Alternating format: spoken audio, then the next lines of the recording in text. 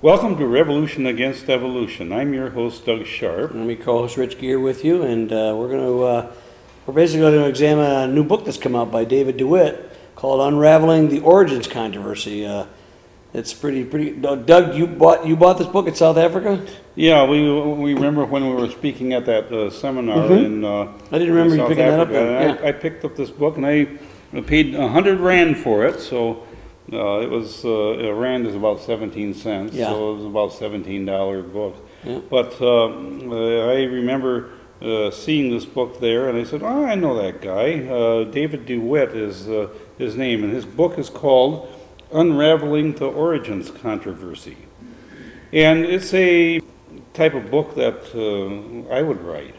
It's a basic primer almost for. It's sort of like Revolution Against Evolution, and it's interesting that he did this type of work because he said that it was reading my book when he was in college. It sort of helped Many moons ago.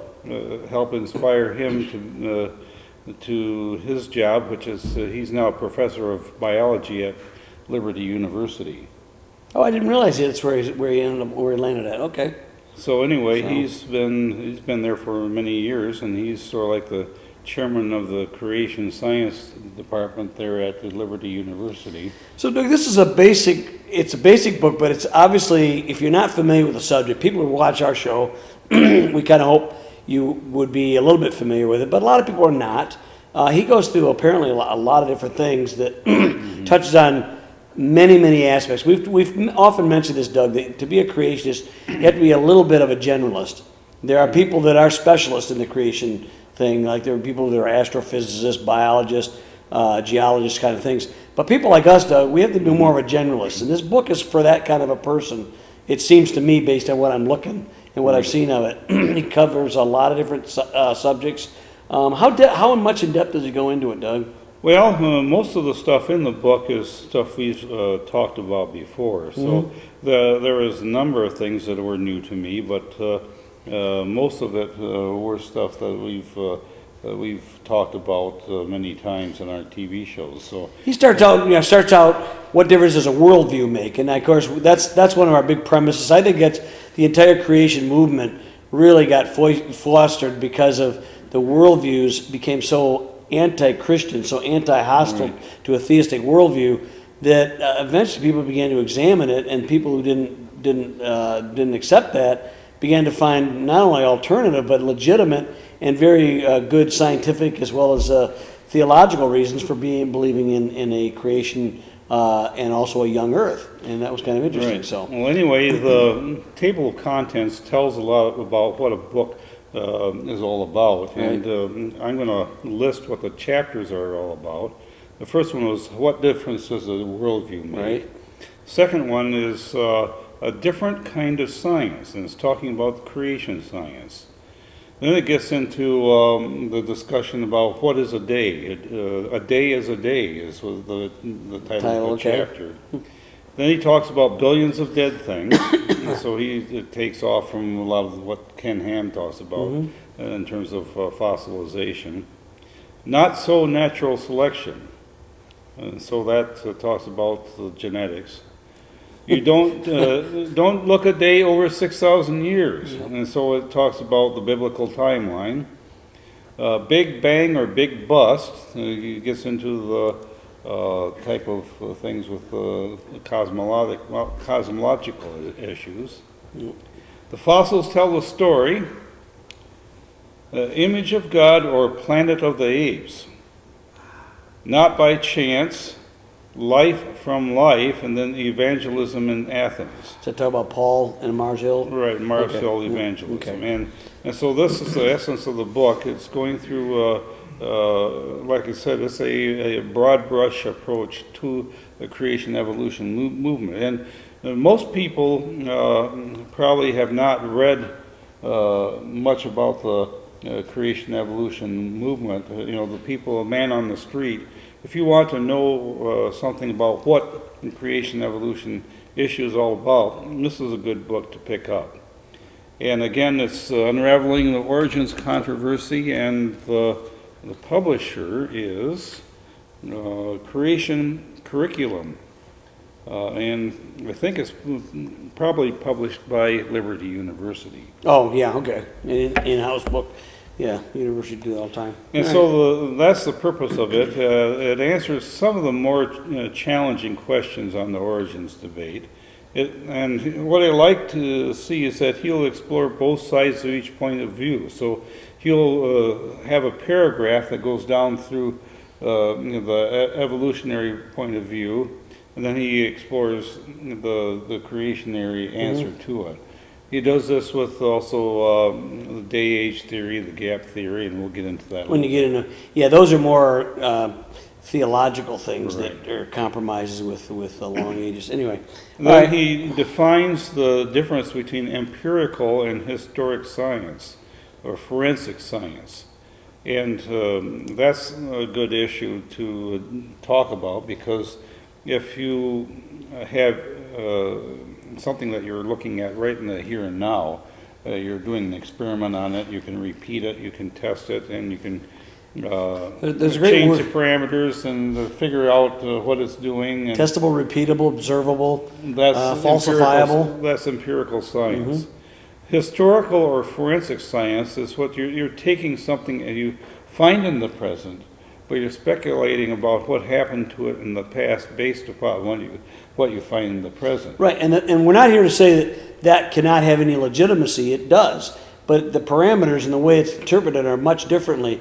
There's a good political word they use a lot, conflating. People will conflate empirical science with historical science, and they'll make you think that they're doing the same thing that, let's say, somebody looks under a microscope, or basically has a chemical reaction in a laboratory, or or watching different things, and they will conflate, let's say, fossils, which are truly real things, but you can only observe them in the present. You can't observe them. There's nothing on a bone that says 65 million BC. Right, yeah. Or 225 million BC. There's nothing like that. You have to extrapolate backward, and what you have to do is you're oftentimes it's the tail wagging the dog. Right. You're in the front, and you're trying to figure out, especially when you're interpreting everything through what's called deep time, millions and billions of years, rather than a creationary framework, which is really 6,000 years. So anyway, that's interesting. So, but he starts out, Doug, the chapter about worldview, right? Right. So that is, I think, really critical, because that really defines where you're going to go. All right. And he shows the impact of it, and an example of the impact of the evolutionary worldview. If you go to the Natural History Museum in Washington, D.C. I've been there many times. And you can see there the agenda of the Natural History Museum is to promote an evolutionary worldview, and then that your ancestors here starts out with this tree shrew. And it gives the name of this, and meet your great grandparents. I'm expecting a Far Side cartoon in these things. But it is really interesting to go through that and just see the evolutionary bias, and also see the stuff that has been debunked many times. Yeah. And you can do the same thing here at the Michigan State University Museum. You can go through that museum and see all the different things from the evolutionary. Down in the basement, you have the timeline of evolution. And, it's time that they bring that up to date. Especially the exhibit that they have of Lucy. Yeah, that is really bad. They will do it as Doug. This is what they want. To me, the ones who are polemicists for evolution are dishonest. Not all of them who believe in evolution are polemicists for evolution. They are not. They believe in it. They were taught it. They accept it. That's not the same thing as those who promote it. Knowingly, it's like when I saw Eugenie Scott try to talk on a Larry King. This was many years ago, and used carbon. He brought up something carbon-14, and she didn't correct him. Say that really is not useful for millions of years. Right. No, because she knows that's a buzzword for the average layman who doesn't know diddly squat about radiometric things. The Lucy thing, we've known for now several years now that they do not have human hands and feet. Okay, they have more of an arboreal footprint. Human hand, more like they're more arboreal than a modern chimpanzee, basically. Right. Okay, you and I, of course, we talked about that with the Sturkfontein caves and other things of that nature, where they found complete skeletons of these things now, and that's really interesting. So. Yeah, Littlefoot really shows the ape-like characteristics. But Doug, we talked about the same thing. The Haeckel drawings. They will promote the false thing as long as that's why I'm talking about being dishonest. They say they're self-correcting. Only under duress are they self-correcting. As long as they can deceive you out there into believing an evolutionary, naturalistic, ultimately atheistic worldview, they will promote it as long as they can get away with it. That's what I've seen. Ernst Mayr, who was one of the more well-known evolutionists, he was at age 100, and someone interviewed him about his life as an evolutionist, and he says he grew up in Germany, and in Germany they taught evolution. Nobody seriously questioned it, and he didn't even pick up on the fact that it really influenced what the Nazi worldview thought. Oh boy. And Nazism, communism, laissez-faire capitalism, and they all have evolutionary roots. And it's the survival of the fittest type of philosophy that they're working with. I like his quote. He says, worldviews are sort of like noses. Everyone has one. Yeah, don't deny that you have a bias. We do. And there are reasons why we have that bias. Sometimes instinctively we will go through for a theistic or an atheistic worldview because of things that have happened in our lives. Hopefully you think that you come based on an intellectual honesty when you deal with these issues to try to see, well, does this really fit this? Or do you just glibly say, well, it's already settled, I don't have to think about it, and then pontificate over it? It's one thing about not thinking about it, Doug, but it's another thing about pontificating over things you don't know anything about. And what is a worldview? He defines this very nicely. He says it includes these particular characteristics. Yeah, there's 5 points, right? Yeah, 6 points. 5 points, yeah, you're right. Where did life come from? And it talks about origins. What does it mean to be human? And it gives us identity. What is the purpose of life? And it gives us meaning. How should I live? And it talks about morality. And what happens after I die? And that's our destiny. So these 5 things are really what your worldview will address. Origin, identity, morality, destiny. There's one more. I missed that. Destiny. What's the other one? Destiny. Meaning, origins, identity, meaning. Meaning. That's one. Morality and destiny. And it shapes those things. And that's all. Your paradigm, your worldview is that. So anyway, Doug. So if you think your life originated by chance, well, then it hurts your identity too. And we've talked about this many times, Doug. It's interesting for people who have an atheistic worldview, they have to steal from a theistic worldview. Because otherwise, the idea of morality of any sort is really a moot point. There is no morality. I mean, we've talked about that. Granted, in rather a glib fashion, Hitler is just as justified as Mother Teresa. Because all you have is consensus, then what you might makes right. Then Hitler was mightier than the Jews during World War II. Now we are horrid by that kind of thinking, but that is the ultimate point where that worldviews come from, and those kind of stuff. So anyway, so we got some quotes. The next chapter is called A Different Kind of Science, and here's why we take a creationary worldview is that the opposite of it is sort of like this. There's a quote from Dr. Scott Todd, and he was from the Kansas State University. And he says, even if all the data point to an intelligent designer, such a hypothesis is excluded from science because it's not naturalistic. That almost sounds like, who's the guy that did the one quote? Quoted a million times. We can't allow an theistic foot in the door. Lewontin. Yeah. And they're honest about it, but that they can't allow it. But that's not science then. That's not honest inquiry. That's an apologetic with an a priori worldview. things that, Doug, you and I are accused of having. We acknowledge we have a prayer worldview. We do. And so do they. They're not, but they're not honest in the way they promote it, as though it's just that's where the facts went. No, it's not that way. They are interpreting things based on the way they want to interpret them. So they exclude, no matter what you do, from science anything about the Creator, because and this would have been not naturalistic. This would have been news to people like Louis Pasteur and Isaac Newton, That's right, and even who's the rocket guy, Werner von Braun, and people like these would be news to these people. That's right. You can't do it. Well, maybe not Werner von Braun. He came a little later, but those other ones, Boyle, some of these guys, they're all Christian creationary. There's a book that we have advertised on our website called Scientists of Faith. Mm-hmm. And it talks about many of these people of the past generations that were scientists, and they actually laid the foundation for science. No, yep. And here's a comment that David Dewitt makes. He says, if the spiritual dimension is beyond the scope of scientific investigation, how can scientific investigation demonstrate that the spiritual dimension does not exist? Well, that's one of those catch-22. All right. Yeah, okay, yeah.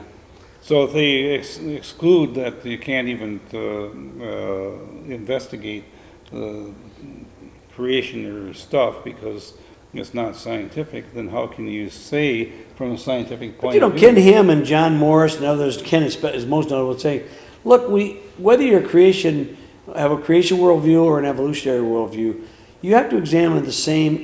We're talking about the present tense investigative things. We have the same rock strata. Right. We have the same T-Rex bones and brachiopod stuff.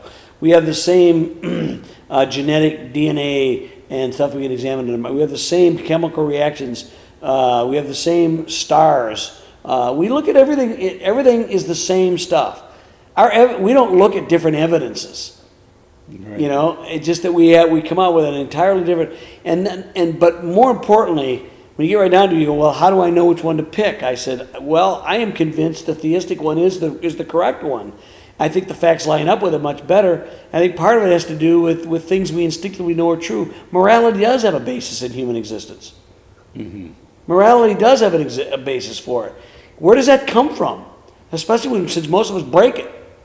I know, yeah. C.S. Lewis brought a great argument. I think it was mere Christianity, but he probably put it in other places. There has to be something outside of ourselves that creates this knowledge, this instinctive, intrinsic knowledge that lying and stealing and murdering are evil, even though because we still do them. That's right. There's none of us that are exempt from this problem of being slaves to this problem of sin. And that's why I said that earlier, that the evolutionists is really stuck with a quandary, because they have to borrow from a theistic worldview to come up with morality. And, if you come up and say something is absolutely meaningless, then don't be shocked when people start blowing up World Trade Centers and shooting kids in high schools. And I'm not trying to equate people who believe in an atheistic worldview, they're all going to do that. That's not what I'm saying. But when people do that, they generally, there's nothing in this life that you have stripped, you are the acid. Evolution is the acid that eats away all culture and human value. It eats it away in a way that the consequences are devastating. As I say, what does a worldview matter? It matters. So keep going. Generations of scientists have been taught to equate religion and faith with superstition and with the Dark Ages. And, that's the problem. It just goes on from there. They decide, well, if science excludes faith because of naturalism, and you have a naturalistic worldview, it's a circular reasoning. I will say this: look, we'll say, well, look, they corrupted the faith already. When that happened during the Inquisitions, they're talking a long time ago. What I despise, quite frankly, Doug, is when they again conflate like Islamic and Buddhism and Hinduism with Christianity. They are absolutely different, and in so many respects diametrically opposed. So they lump all religion in one camp and all atheism in another camp. I am not trying to lump all atheists that are going to go out and shoot kids in a high school. I'm not saying that. Nor am I saying that all theistic people are pure as the driven snow. In fact, I'm saying the opposite. We recognize we're not. Saying that, though, Doug, is ultimately you get right down here, so you say, well, how do I pick one? You both have faults, and you both have, yeah, let's look at the facts then. Let's look at the deal here. And if we look at the actual textual evidences for those who are theistic, who might want to compromise with things that the Bible really doesn't seem to say, and then you go into the atheistic ones and say, look, where do the facts line up when you deal with it? And that's what your book, Revolution Against Evolution, does. Right. And that's what this book is doing as well. So he comes in with a day is a day. That's a textual argument, Doug. Yeah, he's dealing with Christians right at this point, with people who are supposedly go to church or are Bible believers, and it depends on how much of the Bible they want to believe. That's part of it. Do we believe that you can take all the genealogies in the Bible and figure out how old the history of the earth is based upon when someone was born and when someone had a kid and when they died, and that timeline is pretty tight. And then what they try to do is that they compare. He compares the biblical creation that it's pretty straightforward what it says in the Bible, and what we're seeing is the history of the earth. Again, we've talked about that. Only if you have a commitment to long ages or something where you've compromised, where you've opened up your worldview, you're persuaded for whatever reason that the evolutionary or deep time arguments have persuaded you, then you got to play fast and loose with the text. We're talking about Christians here, okay? You have to play, and then what you do is you make up things like God started it, and then he left us alone. A lot of people say Jefferson was sort of like that, Yeah, the deists. He put, and by that time, Hutton and other people were dealing with long ages in terms of. They'd already come. Yep. And so we have theistic evolution, framework hypothesis, the gap theory, progressive creation and day-age theory. All this stuff is covered in this book. He talks about billions of dead things, talks about Noah's flood and the divine purpose of the flood, evidence for the flood, flood stories from all around the globe, and geologic evidence. I know we've been debating. There's a very famous, spokesman for Christianity who's hammered Ken Ham, and talk about like Rockstrata proving that I said Rockstrata doesn't prove any such thing, especially if you understand a Noah's flood would have had thousands of tons of sediment. There were catastrophic biblical geologists back in the 1850s and 1860s that talked about this. We've kind of forgotten a lot of that. Well, he talks about some of that stuff, and there's really no reason on the surface of it. So this book sounds like it'd be pretty good to deal with things on a surface, And then he deals with doctrines of natural selection in his thing about not so natural selection. That's the title of this chapter, yeah.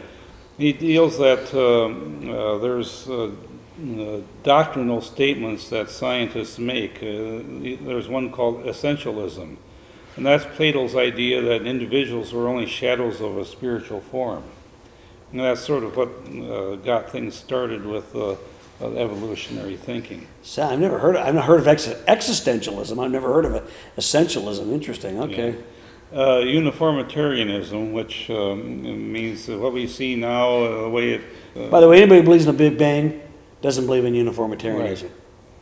It's uninformitarianism. That's what we call it. They believed in the non-constancy of species and common descent, gradualness of evolution, multiplications of species, genetic drift, natural selection, and mutations. By the way, some of those things we believe in too. I believe in natural selection. I mean, the natural selection works. It just doesn't create information. Right. It doesn't do what they say it's supposed to do. All these have answers in this book that are really decent. And he goes back and talks about 6,000 years. As and you talked about you look at the lineup, the age of the patriarchs. You can pretty much, and then you go from there. We pretty much can get the world's not much more than about 6,000 years old. Well, what I did like was that he did detail how the Septuagint and the Masoretic texts differed and where the differences were. And it has to do when they had their kids. Yeah.